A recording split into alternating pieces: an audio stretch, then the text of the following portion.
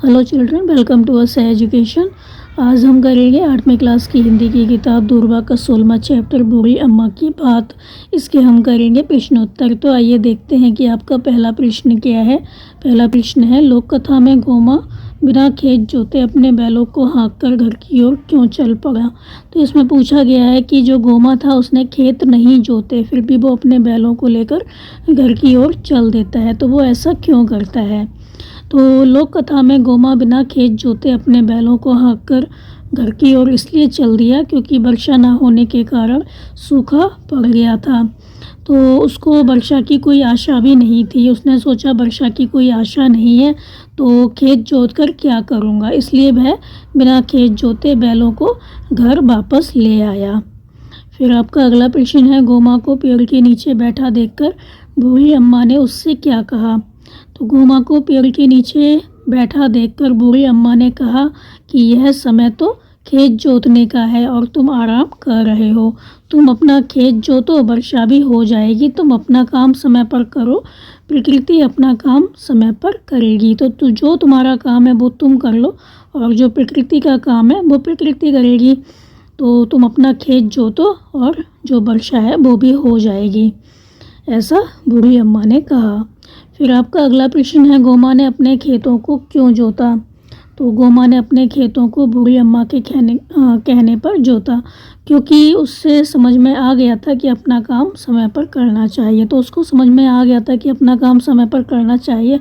अगर बारिश नहीं होती तब तो कोई बात नहीं, अगर बारिश हो जाती है तो उसके खेत जुते हुए नहीं होंगे। तो उसने सोचा कि हाँ, अम्मा जो है वो ठीक कह रही है, हमें अपना काम समय पर कर लेना चाहिए, हमारा काम खेत जोतना है।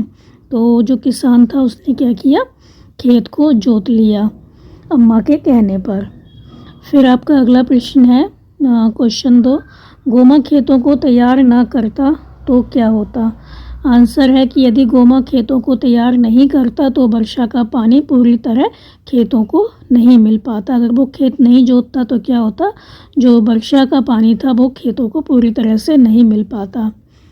फिर अगला प्रश्न है इसमें कि गोमा को बूढ़ी अम्मा नहीं मिलती तो क्या होता।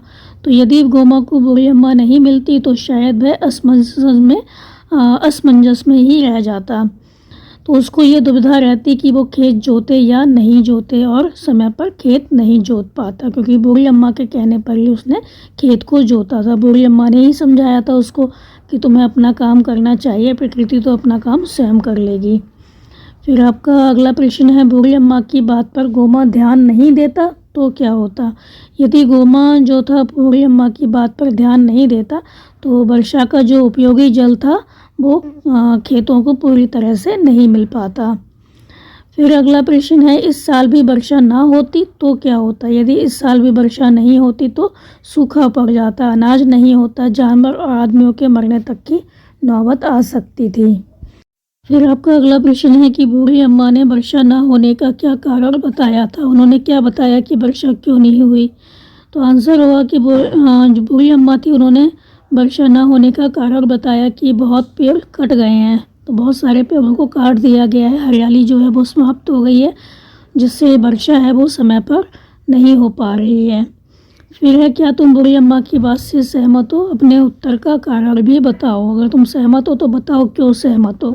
तो आंसर होगा कि हाँ, हम बूढ़ी अम्मा की बात से सहमत हैं क्योंकि जितने अधिक पेड़ होंगे वर्षा उतनी ही अच्छी और समय पर होगी।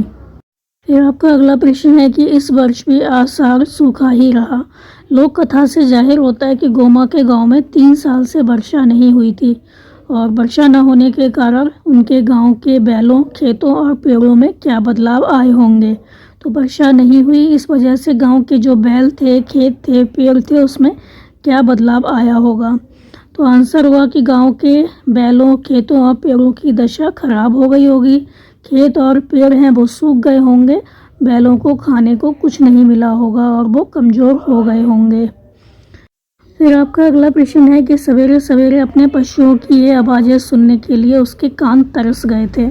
गोमा ने बहुत समय बाद अपने पशुओं की बे आवाज़ें सुनी थी, क्यों। तो आंसर हुआ कि गोमा ने ये आवाज़ें बहुत दिनों बाद सुनी थी क्योंकि वर्षा नहीं हुई थी काफ़ी टाइम से। तो 3 साल से वर्षा नहीं हुई थी। तो वर्षा ना होने से क्या हुआ, जो जानवर थे वो उदास थे, बादलों को देखकर गाय खुशी के मारे क्या हुआ, रंभाने लगी। बकरियां जो थीं वो मिमियाने लगी थीं।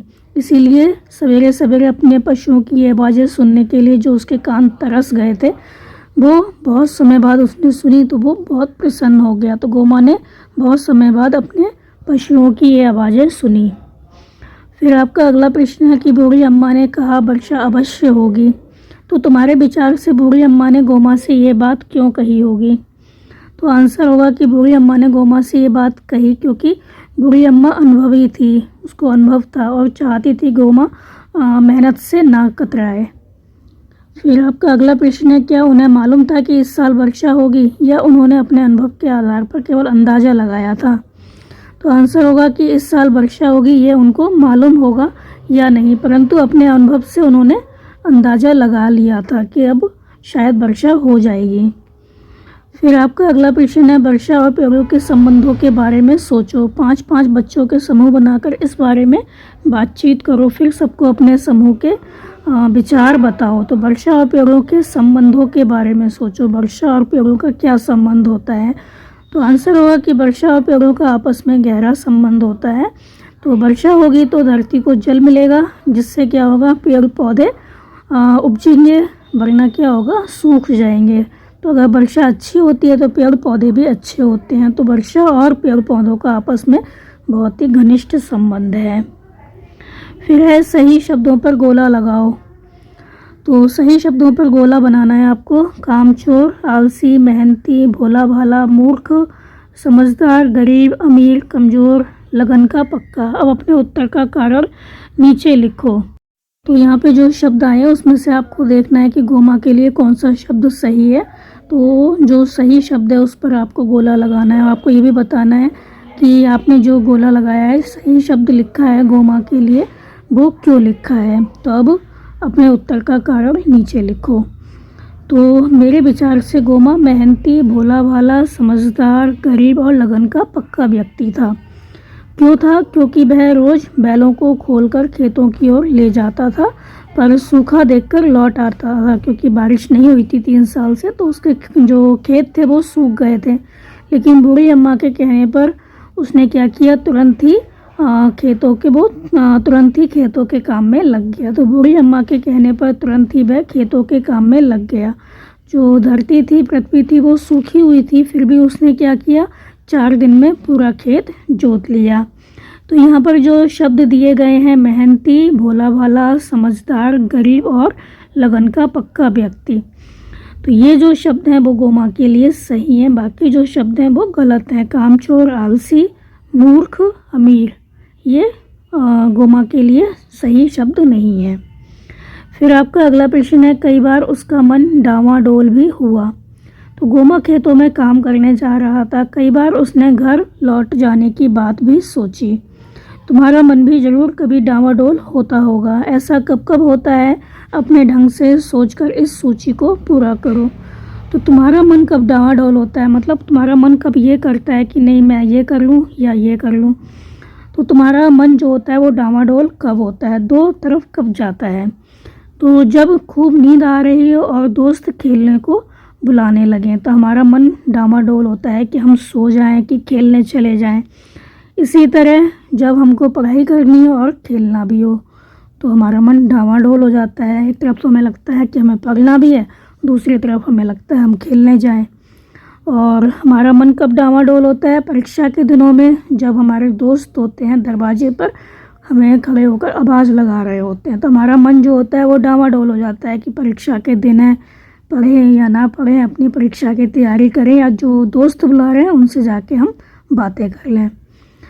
और हमारा मन कब डावाडोल होता है, जब माँ ने निकलने के लिए मना किया हो। तो हमारा मन तो बाहर जाने का है लेकिन माँ ने मना कर दिया है, तो हमारा मन क्या होता है, डावाडोल हो रहा है कि हम बाहर जाएं कि घर में बैठें। और हमारा मन डावाडोल कब होता है, जब हमारा स्कूल जाने का मन नहीं होता लेकिन स्कूल जाना आवश्यक होता है, तो हमारा मन डावाडोल होता है कि हम स्कूल जाएं कि नहीं जाएं। फिर आपका अगला प्रश्न है कि इस लोक कथा में खेती से संबंधित अनेक शब्द आए हैं, उनकी सूची बनाओ, फिर उन्हें वर्णमाला के क्रम से लिखो। तो आपकी जो ये लोक कथा है इसमें खेती से संबंधित बहुत से शब्द आए हैं, तो आपको उनकी सूची बनानी है और जो शब्द पहले आता है वो आपको पहले लिखना है, जो बाद में आता है उसके बाद लिखना है। जैसे का पहले आता है तो पहले का से संबंधित जो शब्द आया है इस लोक कथा में वो लिखना है। तो पहले हम लिखेंगे किसान, फिर लिखेंगे खेत, फिर लिखेंगे गाय, क्योंकि पहले का आता है, फिर खा आता है, फिर गा आता है। फिर हम लिखेंगे जोड़ी बैल, फिर लिखेंगे जोतना, धरती, फसलें, मेव, वर्षा, हल। तो इस तरह से हम जो वर्णमाला में क्रम से जो वर्ण आते हैं वो लिखेंगे। किसान, खेत, गाय, जोड़ी बैल, जोतना, धरती, फसलें, मेव, वर्षा, हल। फिर आपका अगला प्रश्न जो है वो है, यह मालवा की एक लोक कथा है। तुम्हारे प्रांत की भाषा बोली में जो भी लोक कथाएँ होंगी जिसे लोग सुनते सुनाते होंगे, उनमें से तुम अपनी पसंद की किसी लोक कथा को अपनी कॉपी में लिखो और अपने मित्रों को सुनाओ। तो ये प्रश्न आप अपने आप कर लीजिए। हम करेंगे अगला प्रश्न, जो कि है, तुम गीत गाने, किस्सा कहानी को सुनने के अलावा फिल्में भी देखते होगे। तो फिल्म देखने जाते ही होगे तुम, तो अब तुम पता करो कि लोकगीतों और लोक कथाओं को कौन कौन लोग बनाते और गाते हैं।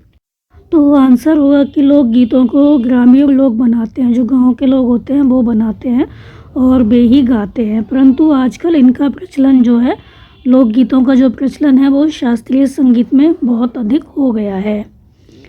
फिर है, क्या लोक कथाओं पर भी नाटक या सिनेमा बना है? कुछ के नाम बताओ। तो क्या लोक कथाओं पर भी नाटक या सिनेमा बना है? कुछ के नाम बताओ। तो जो लोक कथाएं होती हैं उन पर नाटक या सिनेमा जो है वो बनते हैं, पिक्चर बनती हैं। तो हाँ, लोक कथाओं पर कई नाटक और फिल्में बनी हैं, जैसे नागिन, पहेली, मुमाई, ठग ठगे गए। फिर आपका अगला प्रश्न है कि नीचे लिखे वाक्यों को अपने ढंग से सार्थक रूप में जिस तरह तुम लिख सकते हो वैसे लिखो। तो यहाँ पर कुछ वाक्य दिए गए हैं, तो आपको किस तरह से लिखना है ये आपको देखना है। तो आप इसको कैसे भी लिख सकते हैं अलग तरह से। तो पहला है, उसने बादलों को जी भर निहारा। तो हम लिख सकते हैं, जी भर उसने बादलों को निहारा। फिर है, वर्षा की कोई आशा नहीं बंध रही थी। तो वर्षा की कोई आशा ही नहीं थी। गोमा ने फिर हिम्मत बटोरी। तो गोमा ने फिर हिम्मत की। उसने घर की राह पकड़ ली। तो उसने घर की राह ली। फिर है, वर्षा बरसाना तुम्हारे हाथ में नहीं है। मतलब वर्षा का होना या ना होना तुम्हारे हाथ में नहीं है। तो हम लिखेंगे, वर्षा का होना तुम्हारे हाथ में नहीं है। फिर आपका अगला प्रश्न है कि खेती से प्राप्त होने वाले बहुमूल्य सामानों की सूची बनाओ। तो खेती से प्राप्त होने वाले बहुमूल्य सामान कौन कौन से हैं उनकी सूची बनानी है, और उस सूची में से जो सामान तुम्हारे प्रदेश की खेती से प्राप्त होता हो उसका भी अलग से उल्लेख करो। तुम्हारे प्रदेश में कौन कौन सा सामान प्राप्त होता है खेती से, उसको भी तुमको लिखना है। तो आंसर होगा, खेती से प्राप्त होने वाले बहुमूल्य सामान क्या हैं? अनाज हैं, दालें हैं, तिलहन आदि हैं। मेरा जो गांव है वो उत्तर प्रदेश में है और वहाँ पर अरहर की दाल, सोयाबीन, चावल, गन्ना, गेहूँ, ज्वार, तिल, सरसों, मूंगफली, कपास इत्यादि पर्याप्त मात्रा में होता है। तो ये थे आपके इस चैप्टर के प्रश्न उत्तर। आप इनको अच्छे से समझ कर याद कर लीजिए और हमारे चैनल आशा एजुकेशन को लाइक कीजिए, सब्सक्राइब कीजिए और शेयर करना बिल्कुल मत भूला करिए। Thank you.